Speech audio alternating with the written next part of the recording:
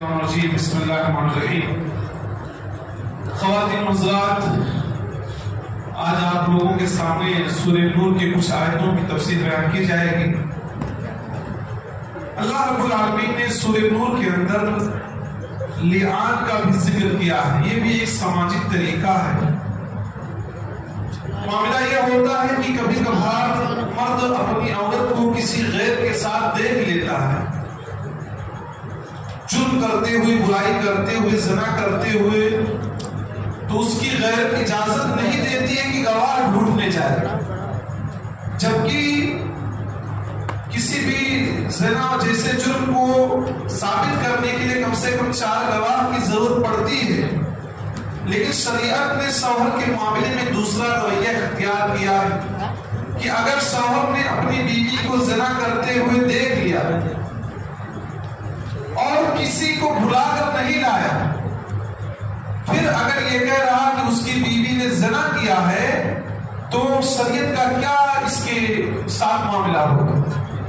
اسی کا طریقہ بتلایا گیا کہ شریعت کا معاملہ یہ ہوگا کہ اب میاں بیوی آپس میں لعان کریں گے۔ لعان کا طریقہ بتلایا جائے گا۔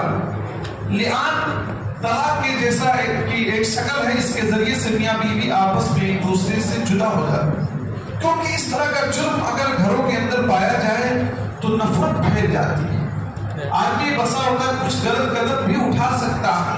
شریعت نے اس کا حل پیش کرنے کے لیے لعان کا طریقہ بتایا ہے۔ اللہ کا فرمان ہے، والذین یرمون ازواجہم، جو لوگ اپنی بیویوں پر تہمت لگاتے ہیں کہ اس کی بیوی نے زنا کیا ہے، وَلَمْ يَكُنْ لَهُمْ شُهَدَاء إِلَّا أَنفُسُهُمْ، اور ان کے پاس گواہ نہیں ہوتے سوائے ان کے، یعنی شوہر نے دیکھا تو کسی کو بلا کر تھوڑی نہ لائے گا، وہ غیرت مند شوہر ہوتا ہے، کس کو بلا کر لائے گا؟ بعض صحابہ کرام نے تو غیرت میں کہا تھا کہ میں تو اسے مان دوں گا اسی وقت، کس کو بلا کر لے کر آؤں؟ تو غیرت کی بات ہوتی ہے۔ تو کسی کو شوہر نے نہیں بلایا، لیکن بات آئی تو اس نے کہا ہماری بیوی نے غلط کام کیا ہے، تو شریعت کہتی ہے کہ اب طریقہ کیا بچتا ہے؟ لعان کا طریقہ بچتا ہے۔ لعان کا طریقہ کیا؟ شوہر گواہی دے گا 4 مرتبہ اللہ کی قسم کھا کر، اللہ کی قسم وہ سچا ہے، اللہ کی قسم وہ سچا ہے، اللہ کی قسم وہ سچا، اللہ کی قسم وہ سچا ہے۔ 4 مرتبہ شوہر اللہ کے نام کی قسم لے کر کہے گا کہ وہ سچ بول رہا ہے۔ 5ویں مرتبہ کہے گا کہ اگر وہ جھوٹ بول رہا ہے تو اللہ کی اس کے اوپر لعنت ہو۔ اب بیوی کے اوپر واجب ہو جائے گا کہ اسے سزا ملے، لیکن بیوی سے بھی عذاب ٹل جائے گا۔ کب؟ جب بیوی بھی گواہی دے دے، اللہ کے نام کی قسم کھائے اور 4 مرتبہ اللہ کے نام کی قسم کھائے اور کہے کہ اس کا شوہر جھوٹا ہے، اللہ کا قسم کھائے کہے اس کا شوہر جھوٹا، 4 مرتبہ اللہ کے نام کی قسم کھائے اور 4 مرتبہ کہے کہ اس کا شوہر جھوٹا ہے، اور 5ویں مرتبہ یہ بات کہے کہ اگر اس کا شوہر سچا ہے تو اس پر اللہ کا غضب نازل ہے۔ تو اب جو زنا کی سزا دونوں پر ہوتی تھی وہ ہٹ جائے گی، تہمت کی سزا شوہر سے ہٹ جائے گی، زنا کی سزا عورت سے ہٹ جائے گی، یہ دونوں آپس میں ایک دوسرے سے جدا ہو جائیں گے۔ اب لعان کے بعد طلاق کی ضرورت نہیں پڑے گی، اور نان و نفقہ بھی نہیں دے گا شوہر، اور اگر بائی چانس اس سے کوئی لڑکا پیدا ہو تو لڑکا کس کی طرف منسوب ہوگا؟ ماں کی طرف منسوب ہوگا۔ تو شریعت نے طلاق سے ہٹ کر ایک اور مسئلہ ذکر کیا کہ کبھی مرد عورت کو دیکھے، گواہ نہیں بلا کر لایا، مرد نے کہا اس کی بیوی نے زنا کیا ہے، تو کیا شوہر کو 80 کوڑے مارے جائیں گے گواہ نہ لانے کی وجہ سے؟ اگر وہ 4 مرتبہ اللہ کے نام کا قسم کھا کر کہتا ہے کہ وہ سچا ہے اور 5ویں مرتبہ کہتا ہے اگر جھوٹا ہے تو اس پر اللہ کی لعنت ہو، تو اس کو سزا نہیں دی جائے گی۔ اب سزا بیوی پر واجب ہو جائے گی کہ اس کو رجم کیا جائے، لیکن بیوی بھی قسم کھا لے، 4 مرتبہ قسم کھائے کہ اس کا شوہر جھوٹا، اس کا شوہر جھوٹا، اس کا شوہر جھوٹا ہے، اور 5ویں مرتبہ یہ قسم کھائے کہ اس کا شوہر اگر سچ بول رہا ہے تو اللہ کا غضب اس پر نازل ہو، تو اس سے بھی عذاب بڑھ جائے گا، لیکن دونوں ایک دوسرے سے جدا ہو جائے گا۔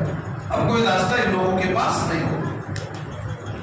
اس کے بعد اللہ رب العالمین نے واقع افک کو ذکر کیا. واقع افک آپ جانتے ہیں، بڑا مشہور واقعہ ہے. حضرت عائشہ رضی اللہ عنہا پر منافقوں نے الزام لگا دیا تھا. ایک مرتبہ کی بات ہے، اللہ کے نبی صلی اللہ علیہ وسلم غزوہ بنو مستلق سے واپس ہو رہے تھے. غزوہ مریسی، غزوہ مستلق سے واپس ہو رہے تھے. مدینہ کے قریب ایک جگہ پڑاؤ ڈالا، وہاں ٹھہر گئے. حضرت عائشہ رضی اللہ عنہا قضاء حاجت کے لیے گئی ہوئی تھی. واپس جب آئی تو ان کا ہار گم ہو گیا. جو انہوں نے ہار پہن رکھا تھا وہ ہار کھو گیا، گم ہو گیا، غائب ہو گیا. اب حضرت عائشہ رضی اللہ عنہا اس ہار کے تلاش کرنے میں نکل گئی، اور ادھر اللہ کے نبی صلی اللہ علیہ وسلم نے قافلہ والوں کو حکم دے دیا کہ چلو مدینہ نکل چلو. اور اس وقت حضرت عائشہ فرماتی ہے کہ ہودج پر ان کو رکھا، ہودج کے دل کو رکھ کر ہودج کو ان پر رکھ دیا جاتا. کہتی ہے کہ میں اتنی ہلکی پھلکی تھی، میں بہت ہلکی پھلکی تھی، بہت زیادہ موٹی نہیں تھی کہ ہودج رکھنے والے نے احساس ہی نہیں کیا کہ میں ہوں کہ نہیں ہوں. اور قافلہ وہاں سے چلا ہے. اب جب میں وہاں پہنچتی ہوں تو دیکھتی ہوں کہ قافلہ موجود نہیں ہے، تو میں یہ سوچ کر وہیں رک جاتی ہوں کہ اللہ کے نبی کو جب پتہ چلے گا کہ میں نہیں ہوں ہودج میں تو کسی نہ کسی کو ضرور بھیجیں گے یہاں سے، یہاں ڈھونڈنے کے لیے. اس سے ایک سبب ملتا ہے، اگر کہیں ہمارے آپ کے گھر میں سے کوئی کہیں کسی جگہ لے کر گئے ہیں، بائی چانس ادھر ادھر تھوڑا ہو گئے تو اسی جگہ پر آ جانا چاہیے جو پرانی جگہ ہے، کیونکہ آدمی ضرور وہاں ڈھونڈنے کے لیے جائے. کہتی ہے صفوان معطل سلمی رضی اللہ عنہ وہ اللہ کے نبی نے پیچھے لگایا تھا کہ قافلے سے کوئی چیز گری پڑی رہے گی تو اس کو اٹھاتے ہوئے لے کر آنا، ان کی ڈیوٹی تھی.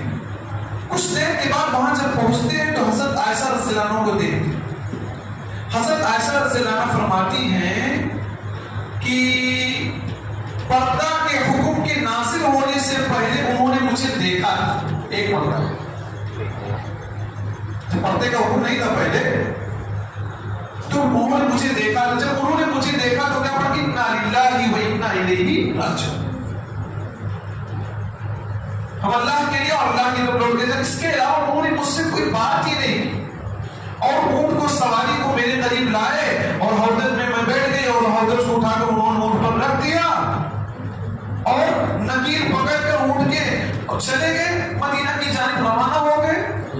اور جب مدینہ پہنچتے ہیں تو رئیس المنافقین عبداللہ بن ابی بن سلول، جو نبی کے صحابہ کا دشمن، نبی کی عزت پر حملہ کرنا چاہا، اس نے بدنام کر دیا اور کہا ہو نہ ہو دال میں کالا ہے کہ صفوان اور حضرت عائشہ تنے تنہا آ رہے ہیں، قافلے سے الگ آ رہے ہیں. اس لیے اس ظالم نے الزام لگا دیا کہ ضرور ان لوگوں نے زنا کی نیت سے یہ لوگ پیچھے ہٹ گئے تھے. اب ظاہر سی بات ہے حضرت عائشہ رضی اللہ عنہا پر یہ الزام لگا دیا تو تعجب کی بات یہ ہے کہ کچھ بھولے بھالے مسلمان بھی اس میں شریک ہوئے. میڈیا جب کوئی پروپیگنڈا کرتی ہے نا، کچھ غلط بات بھی پھیلاتی ہے نا ٹی وی کے ذریعے سے میڈیا، تو کچھ بھلے اچھے لوگ بھی اس میں پھنس جاتے ہیں. کتنے لوگوں کو دیکھا گیا ہے کہ پیسہ ان کا کٹ جاتا ہے، ان کو فراڈ کے نام پر پیسہ بھی کٹ جاتا ہے، لوگ دھوکے میں آتے ہیں. تو حضرت حسان بن ثابت پھنس گئے، حضرت حمنہ بنت ابی جہش بھی پھنس گئی اس معاملے میں، اور ان کی زبان سے بھی اس طرح کی کرو. نبی صلی اللہ علیہ وسلم ایک مہینہ بے چین ہو گئے، بار بار حضرت عائشہ سے کہے توبہ کرو، استغفار کرو، اگر تم سے جرم ہو گیا تو معافی مانگ لو اللہ سے. حضرت عائشہ کہتی مجھے کچھ زیادہ آیتیں یاد نہیں تھی. کب عمر تھی حضرت عائشہ کی؟ آپ جانتے ہیں نبی صلی اللہ علیہ وسلم کا جب انتقال ہوتی ان کی عمر 18 سال ٹوٹل تھی. کہتی مجھے زیادہ آیتیں یاد نہیں تھی تو میں یہی پڑھتی فصبر جمیل واللہ المستعان ولا ما تصفون. میں صبر ہی کر سکتی ہوں، کیا کر سکتی ہوں. اللہ کے نبی صلی اللہ علیہ وسلم کو معاملہ بدل گیا. آپ صلی اللہ علیہ وسلم پہلے جیسے حال چال پوچھتے تھے اس طرح نہیں پوچھتے تھے. ایک دن میں قضاء حاجت کے لیے گئی، وہ گر گئی تو انہوں نے بد دعا دے دیا. تو ظاہر ایسی صورت میں انہوں نے کہا کہ آپ کیوں ان کو بددعا دے رہے ہیں؟ انہوں نے کہا ارے تم کو معلوم ہے نہیں کہ تمہارے خلاف اس طرح کی باتیں چلیں؟ حضرت عائشہ کو پتہ ہی نہیں چلا. کچھ عورتیں ہوتی ہیں کیا بات چل رہی سماج سوسائٹی میں کچھ پتہ نہیں چلتا ہے، اور کچھ لوگ ہوتے دوسروں کے گھر کی دیواروں میں کان لگا کر سنتے کہ یہاں کیا بات ہو رہی، اس کو کیا ہے ادھر ادھر پھیلانا رہتا ہے. حضرت عائشہ رضی اللہ عنہا اجازت لے کر اپنے میکے چلی گئی اور اللہ رب العالمین نے قرآن مجید کی آیت نازل فرمائی کہ حضرت عائشہ بری ہیں، ان سے زنا نہیں ہوا ہے، ان سے جرم نہیں ہوا ہے. وہی اللہ تعالیٰ فرما رہا جو لوگ وعدے عفت میں مبتلا ہوئے تم میں سے کچھ لوگ، اس کو تم اپنے لیے برا نہ سمجھو بلکہ تمہارے لیے خیر ہے. ہر آدمی کو وہی ملے گا جو گناہ کرتا ہے. جو اس بڑے گناہ میں مبتلا تھا اس کے لیے دردناک عذاب ہے. اس بڑے گناہ میں کون سب سے بڑا مبتلا تھا؟ عبداللہ بن ابی بن سلول. اللہ نے مومنوں کو تعریف دی. تم نے جب سنا تھا تو کیوں نہیں کہہ دیا تھا مومنوں مردوں عورتوں کہ یہ بہت بڑی بہتان ہے، حضرت عائشہ رضی اللہ عنہا اس طرح کا جرم نہیں کر سکتی. حضرت زینب رضی اللہ عنہا نے بھی گواہی دی تھی کہ میں حضرت زینب اور عائشہ میں ہمیشہ لڑائی چلتی رہتی تھی کسی بھی مسئلے میں. نبی کی بیویاں تھیں یہ سب، لیکن جب نبی نے پوچھا تھا کہ حضرت عائشہ کیا اس طرح ہو سکتی ہیں، کیونکہ عورتوں کے معاملے میں عورتیں زیادہ جانتی ہیں مرد کم جانتا. حضرت زینب نے کہا نہیں، حضرت عائشہ کے بارے میں اس طرح سوچ نہیں سکتی کہ اس طرح کا جرم ہو سکتے. سچ ہے اللہ تعالیٰ نے ان کی تعریف قرآن مجید کی آیت نازل فرمائی کہ حضرت عائشہ سے یہ جرم نہیں ہوا ہے. یہ عبداللہ بن ابی بن سلول کا ایک پروپیگنڈا تھا. اس میں بعض صحابہ کرام پھنس گئے. مومنوں کو تعلیم دی کہ کبھی کوئی کسی کے خلاف کوئی بات بولے تو آپ اس کو مان مت لو بلکہ اس کی تحقیق کرو، سرچ کرو. صحیح ہو تو کچھ بولو، بلکہ صحیح ہوئے آپ کو نہیں بولنا چاہیے. اس کے بعد اللہ رب العالمین نے ذکر کیا ان الذین یحبون ان تشیع الفاحشہ، جو لوگ چاہتے ہیں سماج میں سوسائٹی میں مسلمانوں کے اندر برائی پھیل جائے. ایسے کچھ ٹی وی پر کچھ اخبار پر آپ دیکھتے ہوں گے کہ پرچار الگ الگ ٹائپ کا آتا ہے، یا کچھ لوگ مارکیٹ میں غلط غلط باتیں پھیلاتے ہیں فلاں ہے اس طرح ہے فلاں اس طرح ہے. اللہ کہتا ہے جو لوگ چاہتے ہیں کہ مومنوں کے اندر برائی پھیل جائے، لوگ عذاب نالیم فی دنیا و آخرہ، ان کے لیے دنیا میں بھی دردناک عذاب ہے اور آخرت میں بھی عذاب ہے. واللہ یعلم وانتم لا تعلمون، اللہ جانتا تم نہیں جانتے. کسی بری بات کو مارکیٹ میں پھیلانا، لوگوں میں بیان کرنا، اس برائی کی اہمیت گھٹ جاتی ہے، اس برائی کی اہمیت گھٹ جاتی ہے اور آدمی کیا برا بن جاتا ہے. اس لیے کیا برائی کو ہرگز نہیں پھیلانا چاہیے. آگے اللہ رب العالمین نے حضرت ابوبکر صدیق کو ایک نصیحت کی ہے اور یہ کہا، معاملہ یہ ہے سے بخاری کی روایت ہے، مصطح بن اساسہ یہ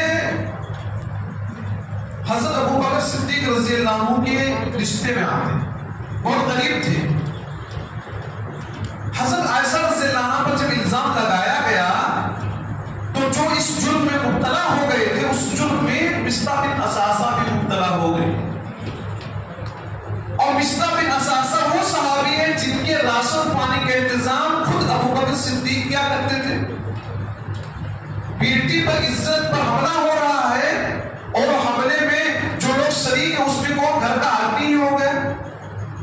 ابوبکر صدیق بطور انسان غصہ میں آ گئے، قسم کھا لیا کہ اب مصطح بن اساسہ کو ایک کوڑی بھی نہ دیں گے، ایک روپیہ نہ دیں گے، جو مدد کیا اب نہ کروں گا. اللہ تعالیٰ نے ڈانٹا کہ کسی بھی صاحب فضل کے لیے، کسی بھی مقام مرتبہ والے کے لیے جائز ہی نہیں ہے کہ وہ قرابت داروں کو دینے سے منع کر دے، رشتہ داروں کو دینے سے منع کر دے، مسکینوں کو دینے سے منع کر دے، اللہ کے راستے میں جو ہجرت کر کے ان کو دینے سے منع کر دے. وَلْيَعْفُوا، چاہیے کہ لوگ معاف کر دیں. وَلْيَصْفَحُوا، لوگوں کو چاہیے کہ درگزر کر دیں. أَلَا تُحِبُّونَ أَن يَغْفِرَ اللَّهُ لَكُمْ، کیا تم یہ نہیں چاہتے ہو کہ اللہ تمہیں معاف کر دے؟ برائی کرتے ہو، گناہ کرتے ہو، جرم کرتے ہو تو تم یہ نہیں چاہتے کہ اللہ تمہیں معاف کر دے؟ اللہ بہت زیادہ معاف کرنے والا، اللہ بہت زیادہ رحم کرنے والا ہے. جب یہ آیت حضرت ابوبکر صدیق نے سنا، کہا اللہ میں چاہتا ہوں تو مجھے معاف فرما. قسم کا کفارہ ادا کر دیا، جو قسم کھایا تھا قسم کو توڑ دیا اور اس کا کفارہ ادا کر دیا.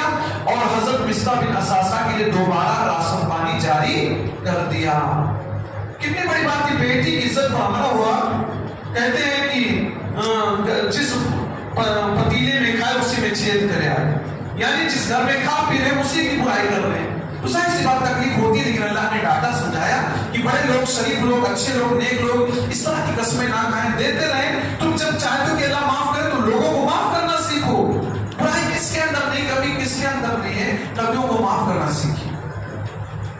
آگے اللہ رب العالمین نے گھروں میں داخل ہونے کے آداب کا ذکر کیا. یا الذین آمنوا لا تدخلوا بیوتا غیر بیوتکم، اے مومنوں تم اپنے علاوہ دوسرے گھروں میں نہ داخل ہوا کرو.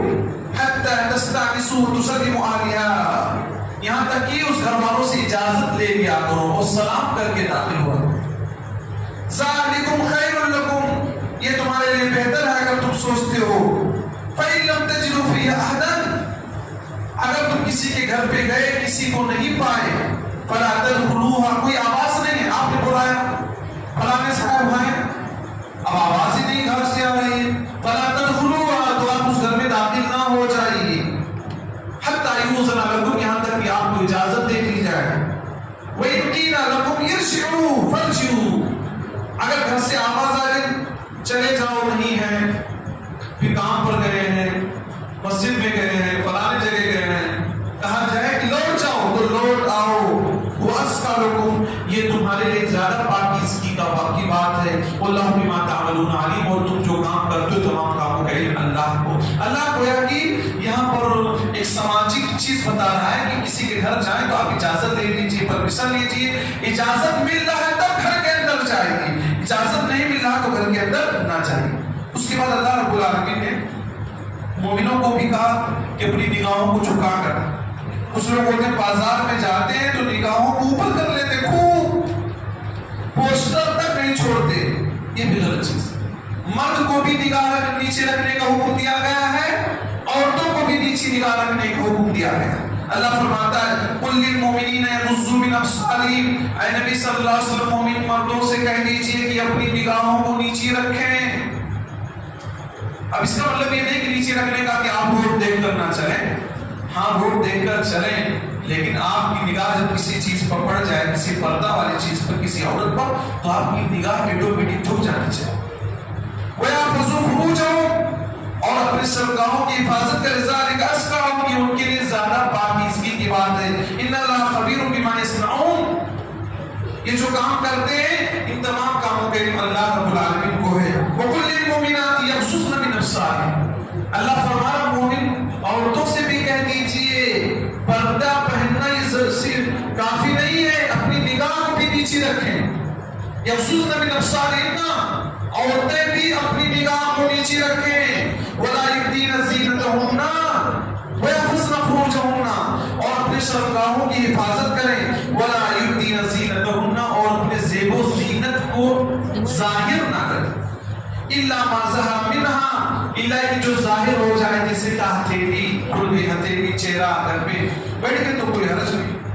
وَلْيَضْرِبْنَ بِخُمُرِهِنَّ عَلَىٰ جُيُوبِهِنَّ، اپنے اوپر، اپنی گریبان پر، اپنے اوپر چادر ڈال لیا کریں، پردہ پہن لیا کریں، حجاب استعمال کر لیا کریں. وَلَا يُبْدِينَ زِينَتَهُنَّ، اور زینت کو ظاہر نہ کریں. ہاں کہاں پردہ نہ کر سکتی ہیں؟ اللہ بتلا إِلَّا لِبُعُولَتِهِنَّ، اپنے شوہروں کے سامنے پردہ نہیں کرے گی. او آبائہن، اپنے ماں باپ کے سامنے پردہ نہیں کرے گی. او آبائے بولتہن، اپنے شوہروں کے ماں باپ کے سامنے پردہ نہیں کرے گی. او ابنائہن، اپنے لڑکوں کے سامنے پردہ نہیں کرے گی، یعنی چہرہ اور ہتھیلی کھلا رکھ سکتا ہے. او ابنائے بولتہن، یا ان کے شوہروں کے دوسرے جو لڑکے ہیں ان کے سامنے بھی چہرہ کھلا اور ہتھیلی کھلا رکھ سکتی ہے. کبھی کبھی ایک مرد کے کئی عورتیں ہوتی ہیں، اور جب کئی عورتیں ہوتی ہیں تو کئی عورتوں سے بچے ہوں گے، تو ان کے شوہروں کے دوسری عورتوں سے جو بچے ہیں ان سے بھی پردہ ضروری نہیں، کیونکہ ان کی ماں لگتی ہے. اور اخوانہن، اپنے بھائیوں سے بھی پردہ ضروری نہیں ہے. اور بنی اخوانہن، اپنے بھائیوں کے بیٹوں سے پردہ ضروری نہیں ہے. اپنے بھائیوں کے بیٹوں سے پردہ ضروری، یعنی بھانجے وغیرہ. اور بنی اخواتہن، اپنے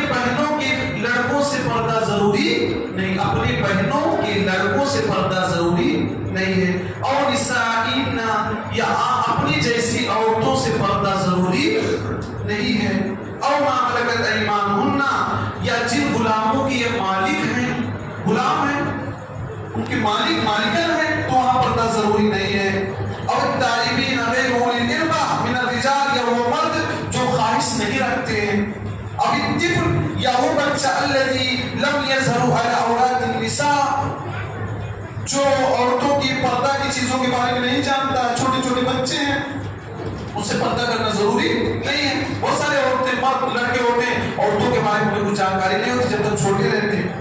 وَلَا يَضْرِبْنَ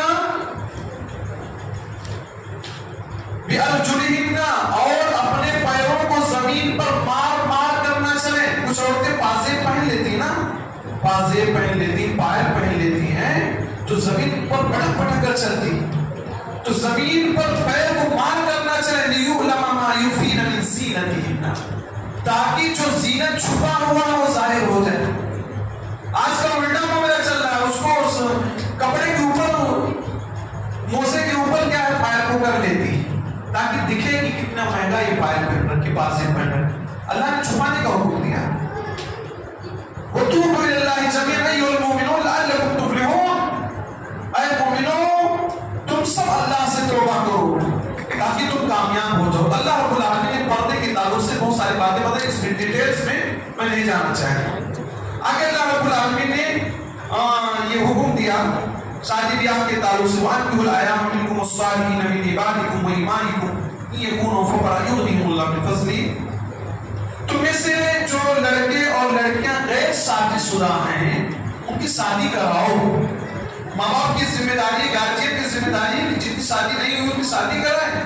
إِن يَكُونُوا فُقَرَاءَ اگر یہ غریب ہوں گے اللہ تعالیٰ انہیں اپنے فضل سے بے نیاز کر دے گا۔ يُغْنِهِمُ اللَّهُ مِن فَضْلِهِ اللہ ان کی غریبی دور کر دے گا۔ آپ دیکھتے ہیں بہت سارے لڑکے شادی بیاہ سے ان کے پاس بہت دولت نہیں ہوتی ہے لیکن شادی بیاہ کے بعد بال بچوں کو کھلا پلا جلا رہے ہیں، کوئی دقت نہیں ہوتی، تو صرف آپ روپیہ پیسہ دیکھتے شادی نہ کر، غریبی میں بھی شادی کر دیے ہیں۔ اگر دیندار ہے تو انشاءاللہ وہ کھلائے گا پلائے گا۔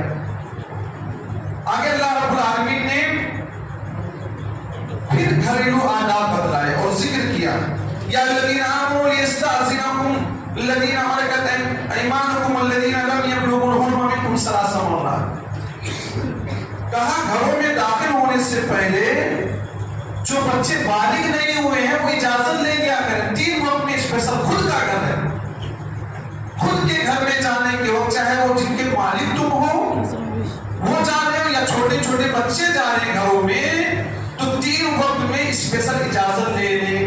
کہیں کہیں بیڈ روم ہوتا ہے، ماں باپ اس روم میں رہتے ہیں، اب وہاں آپ جا رہے تو 3 وقت میں آپ اجازت لے کر جائیں۔ 3 وقت کون سا؟ من قبل صلاۃ الفجر، صلاۃ فجر سے پہلے آپ جا رہے ہیں ماں باپ کے بیڈ روم میں جانا چاہے۔ لڑکے ابھی بالغ نہیں ہوئے، جوان نہیں ہوئے، بچے ابھی 8-10 سال کے ہیں، اجازت لے کر جائیں، دروازہ کھٹکھٹا کر جائیں، کوئی اور طریقہ اپنا کر جائیں، اجازت لے کر جائیں۔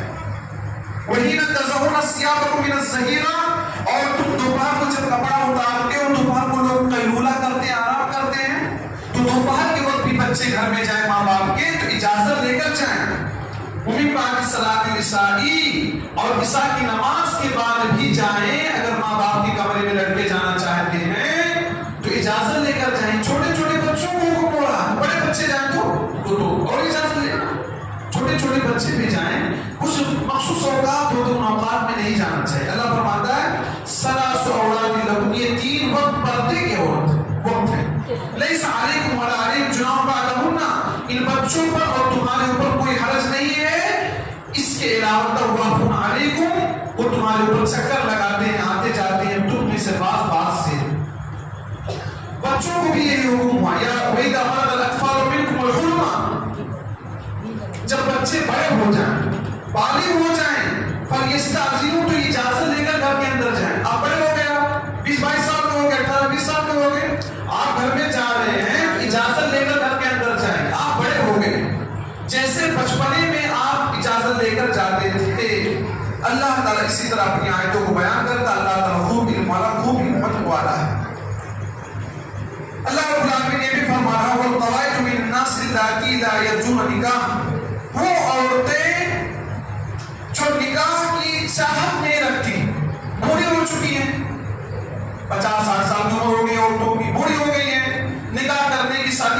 چاہت نہیں، اچھا نہیں ہے.